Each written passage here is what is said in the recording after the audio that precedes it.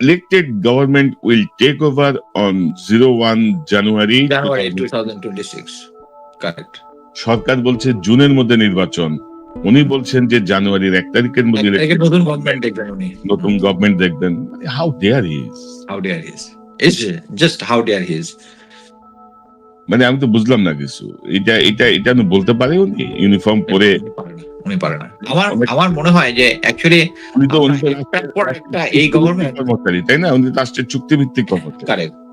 এই গভর্নমেন্ট চুক্তি দেওয়া হয়েছে ওনাকে। এই গভর্নমেন্ট তাকে এতদিন কেন সহ্য করতেছে এটা আমার মানে মাথায় ধরে না। ডক্টর ইউনূস হচ্ছে মানে মানে পুরো ওয়ার্ল্ড ভাইজা খাওয়া লোক, তো ওনারে আপনি চোখ রাঙায় লাভ হবে না, আর এসব কথা বলে লাভ হবে না। সেনাবাহিনীর বিরুদ্ধে অপপ্রচার, আমার বিরুদ্ধে অপপ্রচার, নো। মানে আপনি আপনি ভাই আসমান থেকে ওহী নাযিল হয় না আপনার উপরে, আপনি ইয়েও না, আপনি প্রিস্ট লাইক কিছু না। আপনি ধরেন আপনারা এখন এত কথা বলছেন, তো 16 বছরে যে ইন্ডিয়াতে যে বন্দরটা দিয়ে দিল, আপনি বলতেছেন যে চট্টগ্রাম বন্দর এইভাবে দেওয়া যাবে না। তো তখন আপনারা কোথায় ছিলেন ভাই? তখন তো আপনাদের ইউনিফর্ম ছিল, তখন তো আপনাদের এইসব ইয়ে ছিল। একবার বলছেন কেউ দেশের ভিতরে ট্রান্সশিপমেন্ট দিচ্ছেন, আমাদের তখন সিকিউরিটির কথা মাথায় আসে নাই কারো? মাথায় আসে নাই। এখন সব মচমচানি শুরু করছেন আপনারা, আর আপনাদের বিরুদ্ধে বলবেন যে সেনাবাহিনীর বিরুদ্ধে কুৎসা রটায়। তো এইসব আপনি কিন্তু ওই যে ইয়াটা ওই যে প্রফেসর ইউনূস যে ওই বন্দরে গিয়ে যে স্পিচটা দিছে, ওইটা দিলে কিন্তু আপনি ক্রিস্টাল ক্লিয়ার হয়ে যাবেন। একদম এটা দেশের লাভের জন্যই হচ্ছে, যাতে পলিটিক্যাল পার্টিরা এখানে ইনফ্লুয়েন্স করতে না পারে। আর দেখেন পৃথিবীর 70টা দেশে ডিপি ওয়ার্ল্ড আছে, তাদের সর্বভৌমত্ব নিয়ে কোনো সমস্যা হচ্ছে না, শুধু আমাদের হচ্ছে। এইদিকে যখন ইন্ডিয়া যখন আমাদের কোস্ট লাইনে রাডার বসানোর সমস্ত ফাইনাল হয়ে গেছিল, তখন আমাদের তখন ঠিক আছে, তখন সব ঠিক আছে। এখন হচ্ছে এই আমাদের এটার উপরে কন্ট্রোল থাকতে হবে, নাহলে সর্বভৌমত্বের উপরে ব্যবস্থা হয়ে যাবে। বাট কথা হচ্ছে এটার মাধ্যমে যে অটোমেশন হয়ে গেলে, এটার মাধ্যমে যে চুরিধারি বন্ধ হয়ে যাবে, এই জিনিসগুলা ঘুষ খাওয়া বন্ধ হয়ে যাবে, এইটাই ওরা মানতে পারতেছে না। অলরেডি ব্রিগেডিয়ার সাখাওয়াত হোসেন কিন্তু একটা গ্রুপ ইয়াতে কি বলে হোয়াটসঅ্যাপের গ্রুপ চ্যাট করছে, যে তারা এনার্কি করতে চাইছিল, যে গ্রুপটা এখন কাজ করতেছিল পোর্টের জন্য, তাদের কিন্তু একটা গ্রুপ চ্যাট বা দেশে অস্থিতিশীল করার জন্য একটা গ্রুপ চ্যাট কিন্তু এক্সপোজ করেছেন উনি অলরেডি। না, এবং ধরেন যে মানে আমি আমার যেটা মনে হয় আর কি, যে এই জাতীয় বিষয়গুলো আসলে এভাবে বলে, এইভাবে মুখোমুখি অবস্থান নিয়ে আমার মনে হয় না যে ডক্টর ইউনূসকে আপনি মানে বশ করতে পারবেন। আর আপনি যেটা বলছিলেন যে আমাদের পোর্ট হচ্ছে লস, আমাদের বিমান হচ্ছে লস, আমাদের এয়ারপোর্ট হচ্ছে লস, তো আপনি বিমানটাকে ভাই এমিরেটসের সঙ্গে একটা জয়েন্ট ভেঞ্চারে আসেন না। বাংলাদেশ বিমান পাওয়ার্ড বাই এমিরেটস, মানে পুরো পৃথিবীর 188টা দেশে বিমানের সার্ভিস চালু হয়ে যাবে। আমরা বছরে যা লস দিচ্ছি তার 100 গুণ বেশি আমাদের ইনকাম হবে।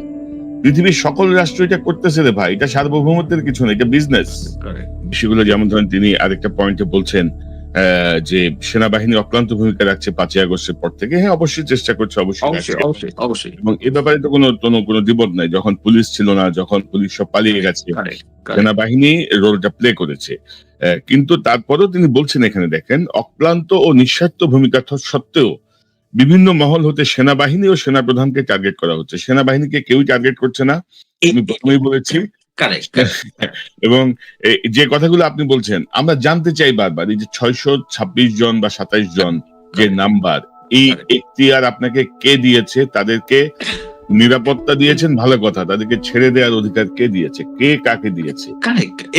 এইটাই আমি একটা জিনিস বলি, যখন 5ই আগস্টের পরে, আগস্টের মধ্যেই আমাকে অ্যাকচুয়ালি একটা সার্ভিং অফিসার, ক্যাপ্টেন, যে সাভার এলাকায় ছিল, সে আমাকে ফোন করে বললো যে স্যার, আমি জানি যে আওয়ামী লীগের এই নেতার পাশে অস্ত্র আছে, আমি যখন অপারেশন করছি আমার অস্ত্র দিতে যাচ্ছে না। সো এটাই হচ্ছে আর কি, যে যেহেতু 9 ডিভিড জিওসি এবং ওখানকার কমান্ডার গুলো সবগুলো ছিল আওয়ামী, সো এরা কিন্তু গ্রাউন্ডে এখন ম্যাজিস্ট্রেসি পাওয়ার নিয়ে যদি যত যাই বলেন, আইন কানুন সবকিছুতে আছে, কিন্তু এটা ইমপ্লিমেন্ট তো করতে হবে। সো ইমপ্লিমেন্ট করার জন্য উনি একদিকে বলতেছে আমরা ম্যাজিস্ট্রেসি পাওয়ার নিয়ে আসি, এবং আমি বলতে পারি যে আমি এখন পর্যন্ত বাংলাদেশে যত আইএস ডিউটি করেছি, আমাদের কখনোই ম্যাজিস্ট্রেসি পাওয়ার ছিল না, এবং কখনোই আমরা ব্যর্থ হই নাই। এই প্রথমবার ব্যর্থ কেন? মানে হচ্ছে আপনি ধরেন আপনি ম্যাজিস্ট্রেসি পাওয়ার নিয়ে মাঠে আছেন, আপনি কোনো কাজ করছেন না, আবার আপনি দাবি করছেন যে পরিস্থিতি করা যাবে। পরিস্থিতি অরাজক পরিস্থিতি, আইন শৃঙ্খলা ভেঙে পড়েছে। আমি কেন বলতেছি যে জুনিয়র অফিসাররা উনি যদি এখন এই যে এখন যে মানে তার মাসল ফ্লেক্স করলো সরকারের সামনে যে সে শক্তি দায়িত্ব, বাট এটা বলতে পারি যে জুনিয়র অফিসাররা এই যে আমি এতক্ষণ যেটা বললাম যে তাদেরকে অপারেশন করতে দেওয়া হচ্ছে না, they know the exact thing. So উনি অ্যাকচুয়ালি সরকারকে ভয় দেখাচ্ছে এই কথাগুলো বলে, এবং মানে কোশ্চেন আনসার সেশনে যেগুলো সেট করেছে ওটা উনার সেট করা জিনিস, বাট অন গ্রাউন্ডে তার এই পাওয়ারটা নাই, কারণ আর্মি তার পিছনে নাই।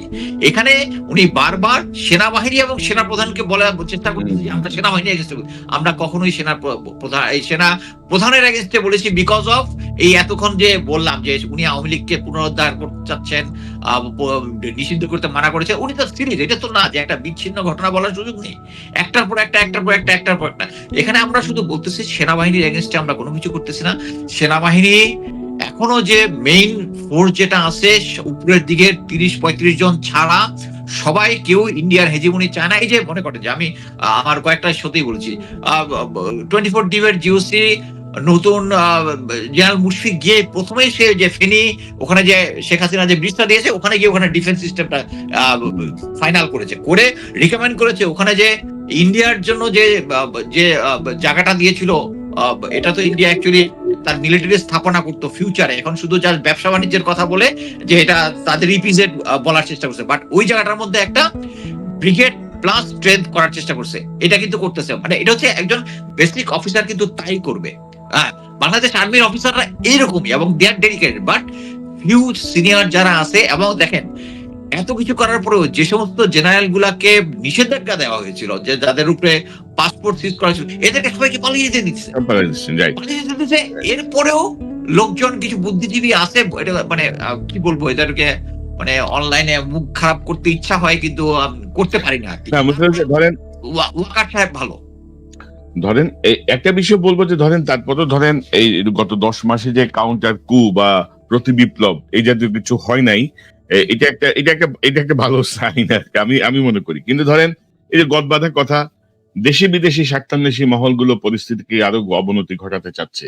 তো দেশে বিদেশি স্বার্থান্বেষী মহল কাজ করতেছে না, কাজ করতেছে ইন্ডিয়া এবং আপনার সাবেক অভিভাবক হাসিনা। আপনি একটু বলেন যে এইভাবে ধরেন মানবিক করিডোর বা এটা নিয়ে যদি আপনার আপত্তি থাকে, বিং এ আর্মি চিফ, যেহেতু যে পরিস্থিতি হোক আপনি একটা ঝুঁকি নিয়েছেন 5ই আগস্টে, আপনি কথা বলেন না কেন? আপনি কথা তো বলতে পারেন। যদি কথা হয়েছে 3 বাহিনী প্রধান সহ উপদেষ্টার সঙ্গে ডক্টর ইউনূসের সাথে বৈঠক করেছেন, কিন্তু আপনি এইভাবে বলতে পারেন কিনা? আপনি একটু শুনি যে কোড অফ কন্ডাক্ট কি বলে। আচ্ছা, এখানে আমি একটা কথা বলি, সেটা হচ্ছে ওনার সাথে যে 3 বাহিনী সহ যে কনফারেন্সটা হয়েছিল ওখানে কিন্তু এই মানবিক করিডোর নিয়ে কথা হয়েছে। ওখানে সেনাপ্রধান বলেছেন যে এই মানবিক করিডোর দেওয়াটা নিয়ে উচিত হচ্ছে আমাদের যারা স্টেক হোল্ডার তাদের সাথে একটা কনফারেন্স করা, করা।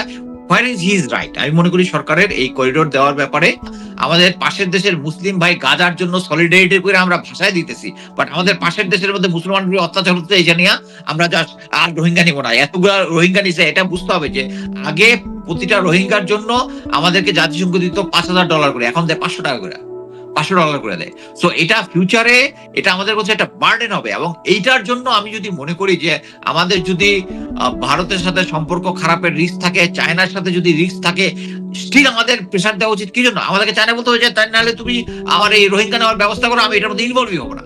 বাট কথা এই সমস্যা মানে অতীতে এই ধরনের ক্রাইসিস সলভের জন্য মিলিটারি ফোর্স ডিপ্লয় হয়েছে, মিলিটারি ফোর্স ডিপ্লয় হওয়াটাই জরুরি। আমরা যদি এখানে, আমিও মনে করি, আমি ব্যক্তিগতভাবে মনে করি যে আমরা যদি এখন আরাকান আর্মি একটা উইনিং আর্মি, এই আর্মিকে যদি আমরা সাপোর্ট দেই, ফিউচারে আমাদের এই বর্ডারটা সিকিউর থাকবে। আমরা ধরে নিতে পারি এখন জান্তা সরকারের কোনো ফিউচারে গভর্নমেন্ট নাই, আমরা যদি আমেরিকার সাথে একটা ডিলে আসি, আমি জাস্ট একটা হাইপোথেটিক্যাল বললাম, এটা অনেকেই বিরোধিতা করবে, যে আমেরিকার সাথে একটা ডিলে আসি যে ওকে তুমি আমার এয়ার ডিফেন্স সিস্টেমটা চিটাঙে ঠিক করে দিবা, আমি এখানে হেল্প করব, বাট আমার রোহিঙ্গার লোকজন নিয়ে যেতে হবে, দ্যাটস অল। বাট আমি মনে করি স্টিল আমাদের ট্রুপস ইনভলভ না করে আমরা যদি আমাদের বর্ডার পর্যন্ত দেই, তাহলে আমরা এটা অ্যাটলিস্ট একটা প্যাসেজ ওপেন হবে যেটা দিয়ে আমরা এই রোহিঙ্গা ইয়াটাকে আমরা সমাধান করতে পারবো। বিজনেস যেখানে সার্বভৌমত্ব বিপন্ন হচ্ছে ওইখানে আপনি স্যালিউট দিয়া খুশি, আর যেখানে আচ্ছা যাই হোক, তিনি বলছেন যে বাংলাদেশ সেনাবাহিনী দেশ ও জনগণের কোন রকম ক্ষতি হয় এমন কোনো কাজ করবে না এবং কাউকে এমন কোনো কাজ করতে দেবে না। ভালো, কিন্তু আমরাও ধরেন আপনি ভারতের পক্ষে বা হাসিনার পক্ষে ওইটাই আওয়ামী লীগ করবেন, এটাই এটা হচ্ছে হইতে সমস্যা, দিব না। এটাই সমস্যা, একদম ক্লিয়ার বাংলা কথা। আপনিও এটাই দিবেন না, আমরা ওইটা হইতে দিব না ইনশাআল্লাহ। কারেক্ট। তো আমার মনে হয় যে এই যে ক্লেমটা উনি করলেন প্রজাতন্ত্রের কর্মচারী হিসেবে, প্রজাতন্ত্রের তো কোনো কর্মকর্তা নাই কিন্তু আমাদের সংবিধান অনুযায়ী, প্রজাতন্ত্র সব কর্মচারী। কর্মচারী প্রজাতন্ত্রের কর্মচারী হিসেবে, সরকারের ট্যাক্সের টাকায় বেতনভোগী কর্মচারী হিসেবে তিনি, এটা তো সরাসরি সরকারকে অস্বীকার করা, তার নিয়োগকর্তাকে অস্বীকার করা, তাকে অস্বীকার করে। এরপরে আমি জানি না যে সরকার কি সিদ্ধান্ত নেবেন। সরকার এসব চোখ রাঙানি ভয় পাওয়ার কোনো কারণ নাই। ডক্টর ইউনূস কোনো কারণ নাই, অনেক, কোনো কারণ নাই। আর্মি ওনার পিছনে নাই, জেনারেল ওয়াকারের পিছনে তবে আমার একটা জিনিস মনে হয় কি জানেন, আমার একটা জিনিস মনে হয় কি জানেন, যে যে আমরা তো বারবার বলছি না যে ডক্টর ইউনূস আপনার অ্যাসোসিয়েট যারা আছে, যাদেরকে আপনি বসাচ্ছেন, এই অপদার্থ গোষ্ঠীর বিদায় করেন, না হলে কিন্তু বিপদে আপনি পড়বেন। এরা কিন্তু কেউ বিপদে পড়বে না, বদনাম হবে আপনার। ঠিক তেমনি জেনারেল ওয়াকারকে কিন্তু আমরা অনেকবার বলছি যে ভাই 30-35 জনের সরান, আপনার আশপাশকে ক্লিন করেন। আপনি যেভাবেই হোক, যে কারণেই হোক, 5ই আগস্টের ভূমিকায় আপনি প্রশংসিত হয়েছেন, সেই প্রশংসাকে তারা রুইন করে ফেলবে। আমি বারবার বলছি, বুঝে নাই কিন্তু আমাদের কথা। বাংলায় বলছে, চাইলে ইংরেজিতে বলতে পারি, চাইলে হিন্দিতেও ট্রান্সলেট করে দিতে পারি। হিন্দিতে বললে একটু বেশি ভালো বুঝতে পারে, দেখতে পারেন ট্রাই করে। তিনি বলছেন যে যথাসম্ভব একটি গ্রহণযোগ্য নির্বাচনের যথাশীঘ্র সম্ভব একটি গ্রহণযোগ্য নির্বাচনের মাধ্যমে রাজনৈতিক সরকারের কাছে ক্ষমতা হস্তান্তরের প্রয়োজনীয়তা রয়েছে বলে তিনি উল্লেখ করেন। আমি কনফার্ম যে প্রফেসর ইউনূস যদি একটা স্টেটমেন্ট দিয়ে তাকে চাকরিচ্যুত করে, হ্যাঁ, ইভেন যেটা নিয়ম অনুযায়ী যেটা আছে, প্রফেসর ইউনূস তাকে চাকরিচ্যুত করবে, কোডা ওই প্রেসে পাঠায় দিবে। ইয়াটা হচ্ছে ওনার অ্যাডভাইস অনুযায়ী চুপ সাইন করার কথা, না করলেও কোনো সমস্যা নাই, হি ইজ স্যাক্ট সিম্পলি। আপনার মনে আছে না জেনারেল নাসিমের কি অবস্থা হয়েছিল? জেনারেল নাসিম কিন্তু অফিসে বসে বসে ইয়া করতেছিল, মানে